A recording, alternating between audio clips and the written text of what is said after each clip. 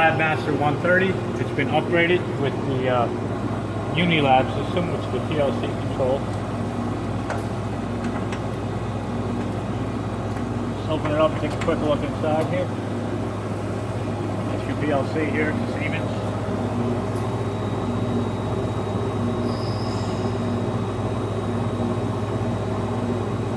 I just want to point out that it does have the wiring for your oxygen, and oxygen would be blue, and moisture analyzers can always be attached to the system.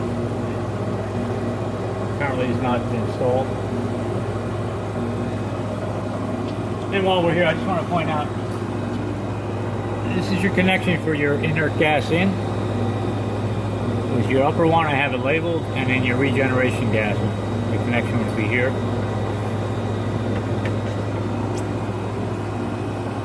Okay, this system also has a freezer in it, capable of obtaining minus 35 degrees Celsius. I have it off right now, and I'm just going to go to the screen here and I'll point out how to turn on the freezer or the analyzer if you ever do look up the sensors. You go to function, and with this system only 1 and 2 are available, although 3 is shown here. It has no function. So if I were to hit 3, it gives you an unlogic condition. It's not, the PLC is not capable of doing that function. So for analyzer, you hit F1 to turn that on. And what we're going to do here is we're going to turn on the freezer by hitting F2. You can hear it turned on. The reason I'm doing it now is I'm going to come back in a few minutes and we'll see that the temperature has come down. It cools fairly quickly. Alright, some other functions. To get to the screens that I just pointed out, you want to hit the escape button. Or is it the enter button? Excuse me, the enter button. You can look at status in the purifier. That's storing regeneration. It'll tell you where you're at. And then this arrow here indicates you can move over. And it's showing you that the regeneration is off. The functions we did already, set mode. That's for regeneration again. We have it set for automatic mode. But the one that's important that we use a lot here is the parameter box set. And here you can set your upper working limit, which is your range, and your lower. By default, when you power up, it'll be minus 4 and 4 millibar. It'll be the range of the box.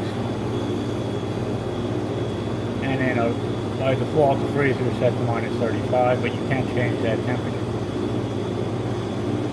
And there's alarms if you have your moisture and oxygen sensors set up.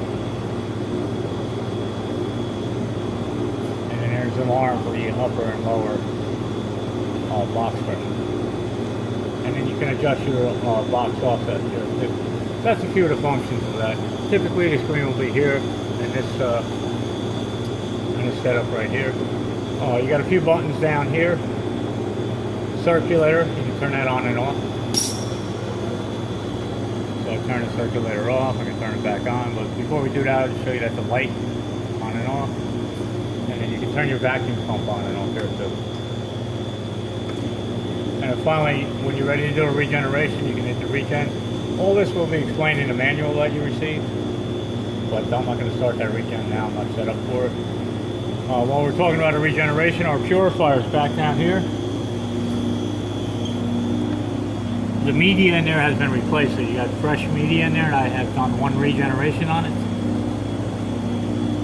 And while we're looking back here, I'll just point out a few other things here. This is your vacuum pump. It's mounted to the cart. It uses hydrocarbon oil. This is your circulator here. Here's your valves for controlling the gas flow and vacuum. And finally, coming around the back, I want to point out this is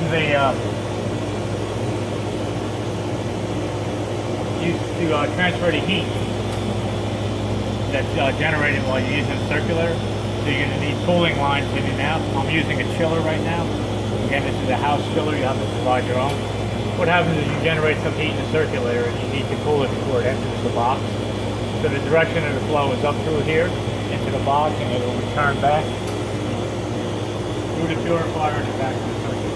That's your gas flow to purify your box purifier. Over here is your refrigeration unit for your freezer.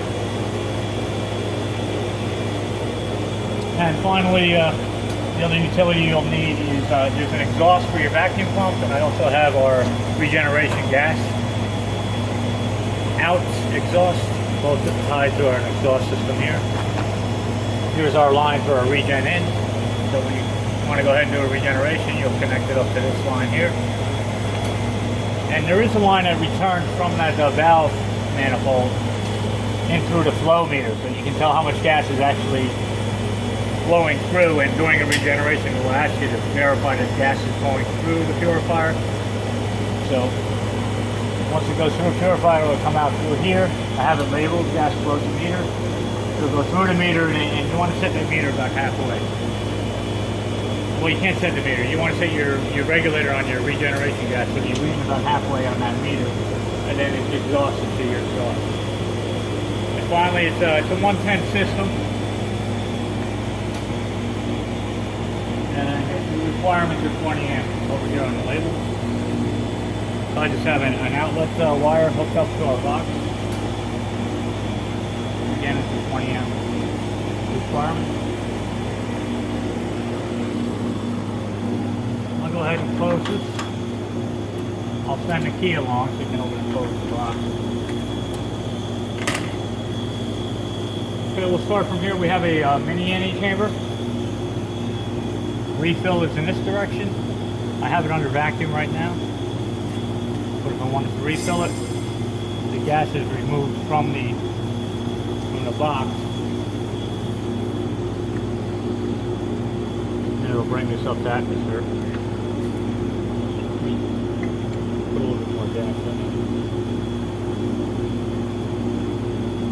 Make sure I close this valve before I open it, because as you can tell by removing the gas from inside the glove box, and put a negative pressure on here. So if I were to leave that open and open this, I would actually bring air into the box, so you got to be careful on that. Or you can just increase the pressure by using your foot switch. I'm doing here on the right side. And our range is between -4 and 4 millibars, so it'll allow me to increase it to 4.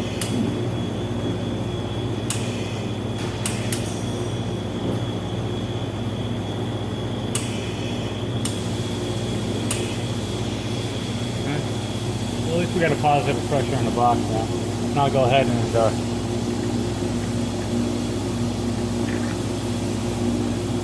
before I do that, let me vent the large NE chamber too while we're here.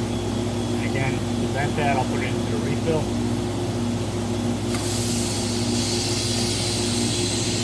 You can see that this gauge is venting now. Both the mini NE chamber and large NE chamber are brought back to atmosphere. Just to double check, I'll go ahead and hit refill. Make sure we close it. And then we can open up the NE chambers here. You can see you just got a small cavity there. You put some small work into, open the inner door. If necessary.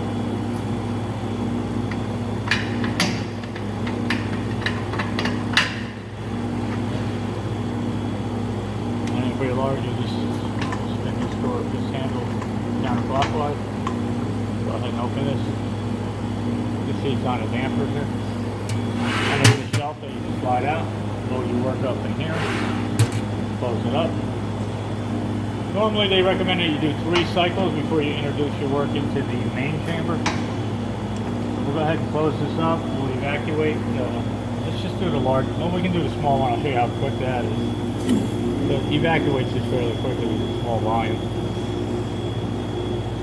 And like I said, then what you want to do is go ahead and cycle it three times.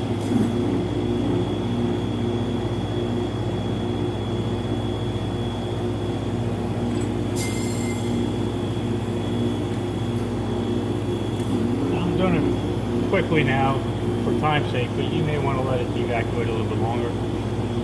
Go ahead and bring it up back to atmosphere. And again, the gas to refill is being pulled out of the main box. And we'll go ahead and evacuate the large. And you can see the gauges going down. This will take a lot longer. You got a lot larger volume here. Just take a quick note here. I want to show you that the freezer is already at minus 28.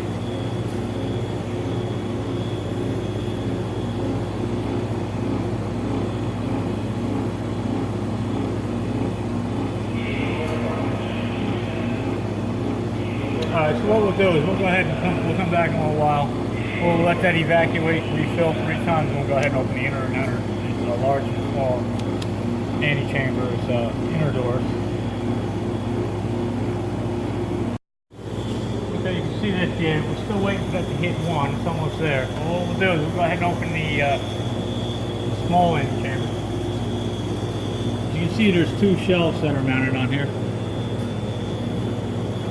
And here, the same thing, you just loosen the knob, turn the handle, and you can open up, you can reach in here and pull out the small work that you want to introduce into the glove box. And to close it, you just turn it, quarter turn there, or 1/8 turn, and tighten it up. I just want to show you the freezer. Where are we at now? We're at minus 31, still dropping. I'm just going to go ahead and open that. You have a couple of shelves here that are adjustable. That's your freezer.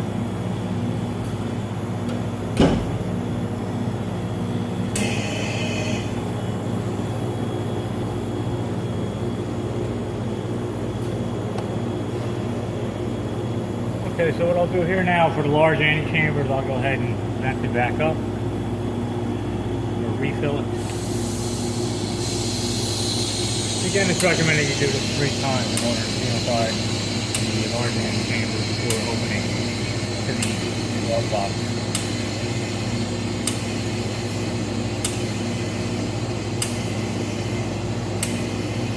Well, I changed my range to minus 1 millibar, so once it hits minus 1 millibar, it's going to stop purging, and it purges the box a little bit to maintain that pressure. That's the cycling you're hearing now, the valve clicking. And I'll go ahead and let's try another evacuate.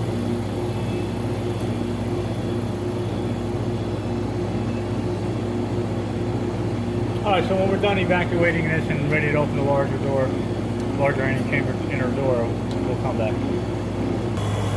Okay, I just want to point out, this is your flow meter that I was talking about in the back about the regeneration gas.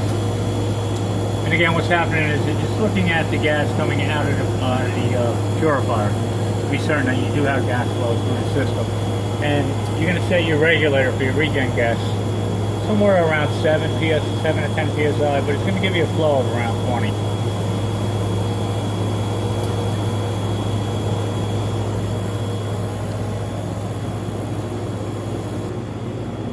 I just want to point out that the freezer is now at minus 35 C, and it has a little hysteresis built in, so it'll go down to minus 37, at which point the compressor will turn off.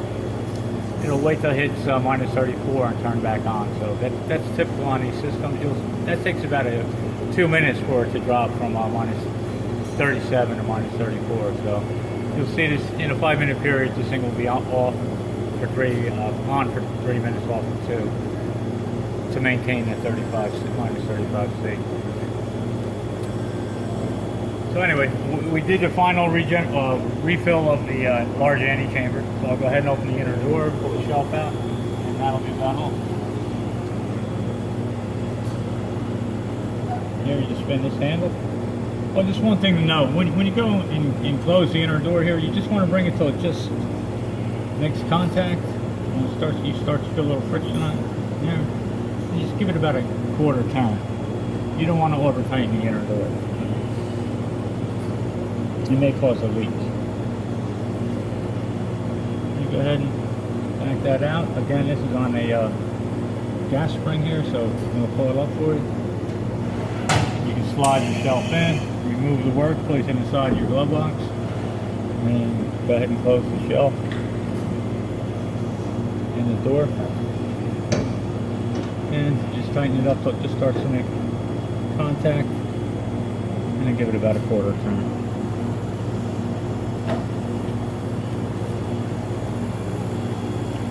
Okay, just point out here we are at minus 36. When it just touches minus 37, this freezer will turn off.